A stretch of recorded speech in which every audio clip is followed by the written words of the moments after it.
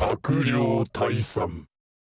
Have you ever been playing Tekken 7, whether it be online or offline, and you just saw all of these uniquely designed ranks and you just thought, what do they mean? Is there a deeper meaning here to not only the names, Gimbu, Overlord, Vanguard, but also the design that's behind them? In this video, I'll break down exactly what every single rank means. First Kaiyu all the way to the 9th Kaiyu. This is actually based on real martial arts. But the thing that's unique about Tekken, it's flipped. It goes from 10th, 9th, 8th, 7th, all the way to 1st. But in Tekken, it goes 1st, 2nd, 3rd, all the way to 9th. Now the 1st Dan, 2nd Dan, and 3rd Dan.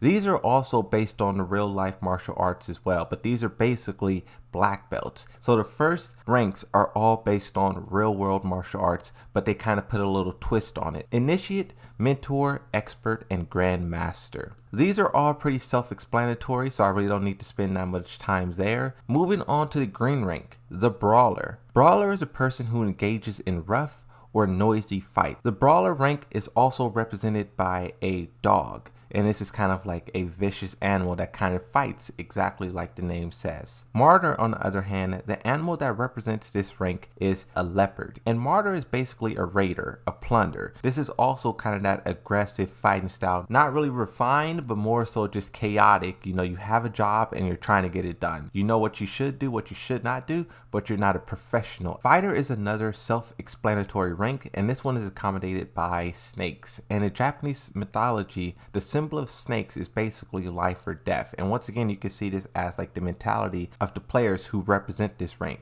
Fighting, life or death. The final rank in green rank is Vanguard, and this is the first reference to Japanese gods, demons, and spirits. This is the advanced guard, Misaki, a spirit-like creature. Now we're at the yellow tier. The first one is Warrior, a warrior fighting for a cause. This is represented by two closed fists. Vindicator. A vindicator is often seen as someone who kind of fights for justice in a way. And this one is represented by two open hands, palm facing up. Juggernaut is the third rank of green. And this rank represents a powerful or overwhelming force. And you can tell by the green, incredible Hulk-like hands in the background. The final rank of yellow, Usurper. Usurper is a person who takes a position of power or importance illegally or by force. This rank is represented by red claws, and you can often say that this kind of embodies the Mishima. Jinpachi, Heihachi, Kazuya Mishima, Jin Kazama, they all usurp each other for the Mishima throne, leading the Mishima Daibatsu. Vanquisher is someone who is victorious by force of arms, basically a trial by combat. All means necessary, and once again this relates to the Mishimas. Next up you have Destroyer. Destroyer is pretty similar to the rank Rajin. They both share some meaning, and we'll get to the full meaning of Rajin when we get there. Savior is the third rank within the orange, and Savior is basically the opposite of a Destroyer. And to cap off the whole entire orange rank section, you have Overlord, which is basically the supreme ruler.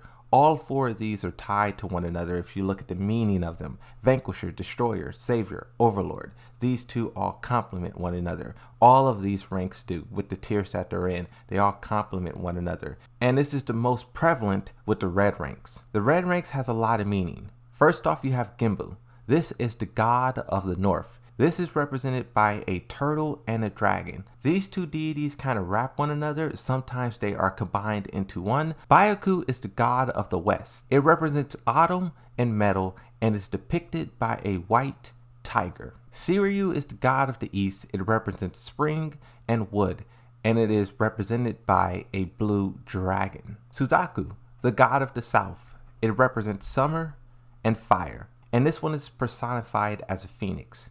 In Japanese mythology, all four of these complement one another. The turtle and the dragon in the north, the tiger in the west, the blue dragon to the east, and the phoenix is to the south. You also have a fifth that is not mentioned in the red ranks, which is the sinner, Koryu. This is not necessarily represented in a rank directly, but it does relate to the red ranks and also the emperor rank.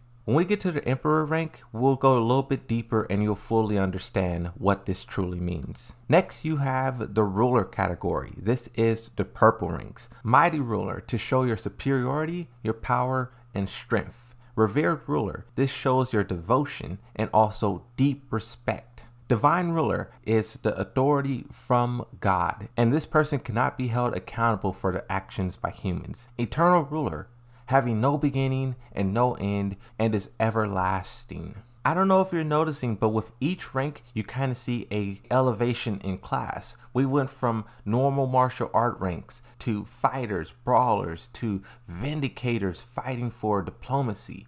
Now we're in gods, mythologies, spirits, divine rulers.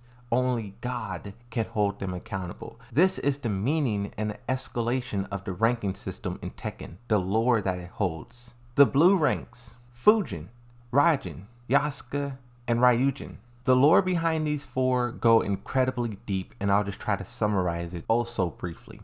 Fujin, the Japanese god of wind, a powerful elemental deity whose bag of airs move all of the winds of the world, appearing alongside his brother Raijin. Fujin is neither good nor evil, although he is often a destructive force. Now talking about the rank, Fujin's brother, Raijin. Raijin is the Japanese god of the storms, a chaotic being who brings the world vital rains as well as chaos and destruction. Yasuke, generally a benevolent, sometimes mischievous, or even murderous natured spirit. The red eyes, the bluish sort of blackish skin with two horns going up.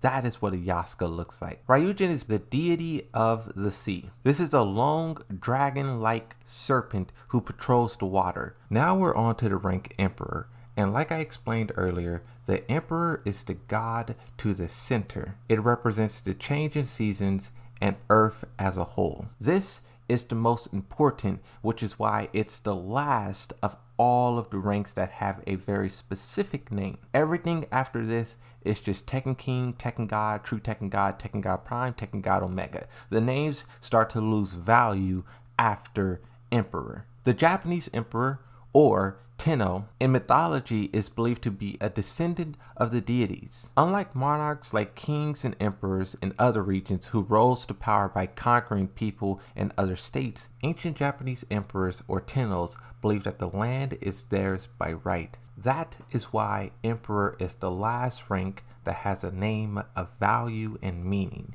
Tekken King, Tekken God, True Tekken God, and Tekken God Prime. These names don't really have any meaning itself. It seems like this is just something that Tekken wanted to do to add more to the ranking system. We will see in game after game after game, they would just add a new level for the player to achieve. And these levels don't really have any meaning. I think one, because that would be disrespectful to the Emperor. And two, in Japanese mythology, there isn't really much above it. But that's it. Thank you for watching, and bye-bye.